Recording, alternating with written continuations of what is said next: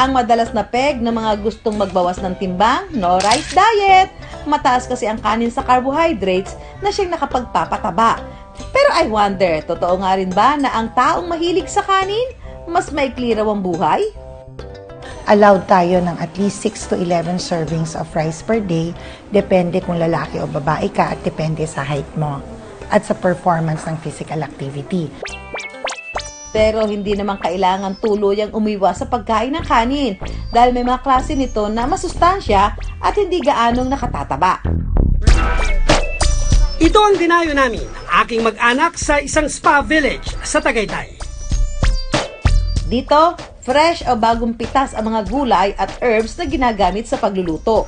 Organic din ang mga ito o yung hindi ginamitan ng artificial na pataba. Ang mga sangkap sa pagluluto ng kidney care rice, sambong, celery o kinchay, parsley, at imbis na karaniwang kanin, brown rice ang gagamitin natin. Mas madali kasi itong makabusog at hindi gaanong nakatataba. Una-una magpapakulo muna tayo ng tubig natin. Kasi hindi ko tayo kailangan gumamit ng mantika dito, sir. Ay, talaga?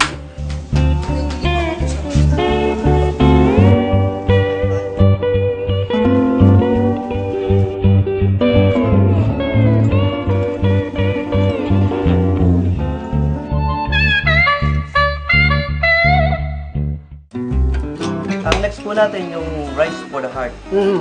Para naman sa rice for the heart, kakailanganin ng bawang, sambong, kale, turmeric o luyang dilaw, at black rice.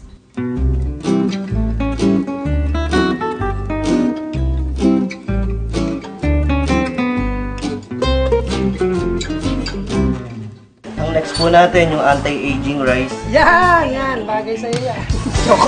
Lalo sa'yo. At para sa uling healthy recipe na lulutuin namin, asawa ko ng si Joy ang magte-take over. Ang anti-aging rice. Mukhang bet ko yan ah. Ang mga sangkap na gagamitin, red rice, bell pepper, sambong at tarragon.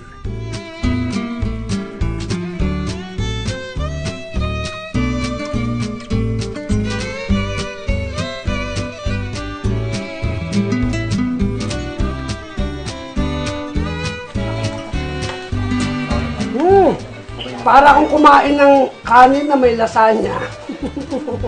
Sarap niya, ha? Oh, sarap niya. Lahat ito nagpa-promote ng healthy body. Protects us from cancer, protects the heart from disorders, protects us from degenerative diseases.